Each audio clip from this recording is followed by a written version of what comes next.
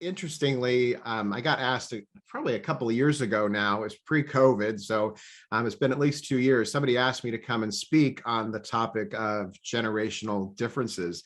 And one of the points that I made is that this is not something new, because they actually said, come talk to us about managing millennials. And I said, I don't want to do that. Like millennials get a bad rap.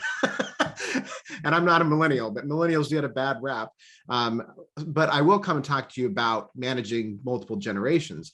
And the idea behind it is one of the things that I said, and the whole point of my whole talk was, this is not any different than it's ever been. Like, there's always been new generations coming into the workforce and other generations slowly exiting. So there's always been this mix of people.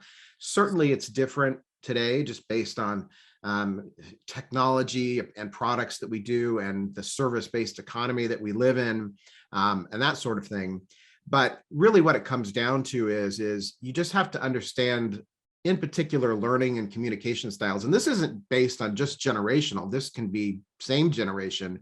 If you think about even just within one generation, individuals on your team, some people learn better by reading, some people learn better by hearing something, some people need to be shown, and you have to take all those things into account. So I spend a lot of times with people that I coach talking through some of those things and basically saying, you need to be able to understand and adapt to all of these, because you may have a preference, but you have to understand you're working with other individuals who have a different method of learning or communicating. So what that means is if you're dealing with a situation where you have a boomer and you have a millennial or a Gen Zer, those are two totally different types of personalities a lot of times, but that doesn't mean they can't coexist. What that means is that Gen Z or that millennial has to understand, when they want to go and talk with the boomer, they need to either pick up a phone and talk to them, or they need to walk to their office, make an appointment, and sit down and talk to them. The boomer at the same time needs to understand that sometimes that Gen Z or that millennial doesn't have time or doesn't want to have a face-to-face conversation all the time. So they may need to send them an email or send them a text message nowadays. So it means that everybody has to be adaptable, no matter what your generation is.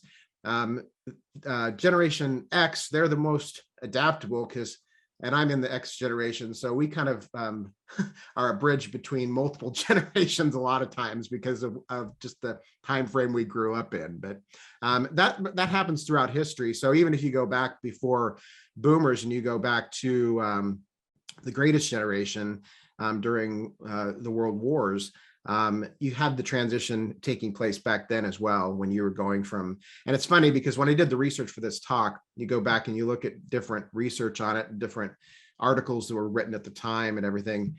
Every generation says the same things about the next generation. So you had the greatest generation saying about the boomers that, you know, they're hippies and they don't care and everything. And nowadays you see the same thing. People saying those sorts of things about millennials. They just don't care about anything. They're not loyal. But in reality, it's been the same all throughout history.